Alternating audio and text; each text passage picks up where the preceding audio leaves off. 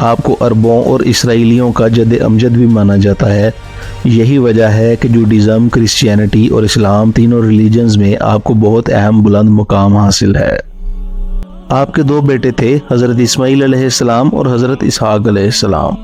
حضرت اسماعیل علیہ السلام کی نسل سے صرف ہمارے پیارے آقا حضرت محمد صلی اللہ علیہ وآلہ وسلم ہیں، یعنی آپ صلی اللہ علیہ وآلہ وسلم کے علاوہ حضرت اسماعیل علیہ السلام کی نسل سے اور کوئی بھی پیغمبر مبعوث نہیں کیا گیا۔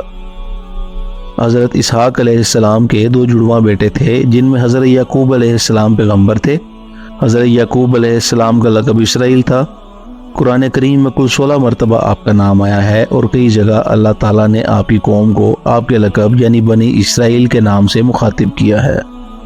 قرآن کریم میں حضرت یعقوب علیہ السلام کے 12 بیٹوں کا ذکر آتا ہے، جن میں حضرت یوسف علیہ السلام بھی شامل ہیں، جن کے نام سے قرآن کریم میں ایک پوری سورت نازل ہوئی۔ یہاں دلچسپ بات یہ ہے کہ حضرت یعقوب علیہ السلام کے یہ 12 بیٹے مستقبل میں بنی اسرائیل یعنی جیوز کے 12 قبیلوں کی بنیاد بنے۔ روایات میں آتا ہے کہ حضرت ابراہیم علیہ السلام نے اپنے بڑے بیٹے حضرت اسماعیل علیہ السلام کے ساتھ مل کر خانہ کعبہ کی تعمیر کی، اور اس کے 40 سال بعد آپ نے اپنے چھوٹے بیٹے حضرت اسحاق علیہ السلام کے ساتھ مسجد اقصی کی تعمیر کی۔ حضرت داؤد علیہ السلام اور حضرت سلمان علیہ السلام بھی حضرت اسحاق علیہ السلام کی نسل سے تھے، اور آپ نے ہی ہیکل سلیمانی یعنی ٹیمپل ماؤنٹ کنسٹرکٹ کروایا۔ 586 قبل مسیح میں بابل کے بادشاہ بخت نصر نے فلسطین پر حملہ کیا تو اس نے ہیکل سلیمانی کا مکمل طور پر مسمار کر دیا۔ پھر 539 قبل مسیح میں جب ایران کے بادشاہ سائرس نے اس علاقے کو فتح کیا تو اس نے اس ہیکل کی نئے سرے سے تعمیر کروائی۔ اس کے بعد 70 قبل مسیح میں رومن بادشاہ ٹائٹس نے ہیکل سلیمانی کو پھر سے شہید کر دیا، جس میں اس کی دیوار کا صرف کچھ ہی حصہ بچا۔ یہ جو دیوار آپ دیکھ رہے ہیں یہ اسی ہیکل سلیمانی کی دیوار کا بچا ہوا کچھ حصہ ہے، جسے دیوار گریا یا ویسٹرن وال کہا جاتا ہے۔ یہ جیوز کے لیے اتنی ہی اہم ہے جیسے مسلمانوں کے لیے خانہ کعبہ۔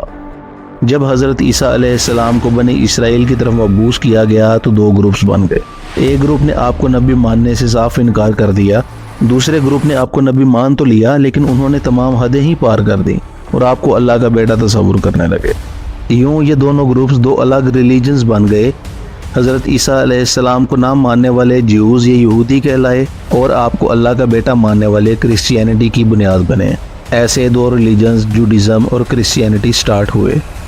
جہاں تک مسلمانوں کی بات ہے تو مسلمان حضرت عیسیٰ علیہ السلام کو اللہ کا نبی اور رسول مانتے ہیں۔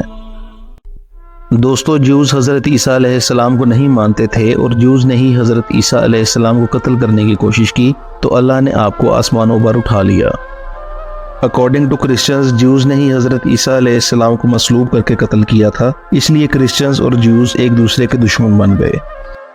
ایئر 306 میں جب رومن بادشاہ ویلیریس کی موت کے بعد اس کا بیٹا کانسٹنٹائن بادشاہ بنا تو اس نے کرسچینٹی کا مذہب قبول کر لیا، جس سے ایک طرف تو کرسچینٹی کافی سپریڈ ہوئی، دوسری طرف جیوز کے لیے بہت سی مشکلات پیدا ہوئیں، تو جیوز دوسرے ایریاز اسپیشلی یورپ کی طرف مائیگریٹ کرنے لگے۔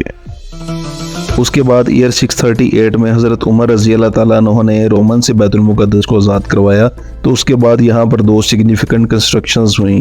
ایک تو مسجد اقصی کی ریکنسٹرکشن تھی جس کے بارے میں آپ کو پہلے بتایا ہے۔ مسجد اقصی وہی جگہ ہے جہاں حضور نبی اکرم صلی اللہ علیہ وآلہ وسلم نے اسراء و معراج کے موقع پر تمام انبیاء کرام کی امامت فرمائی تھی۔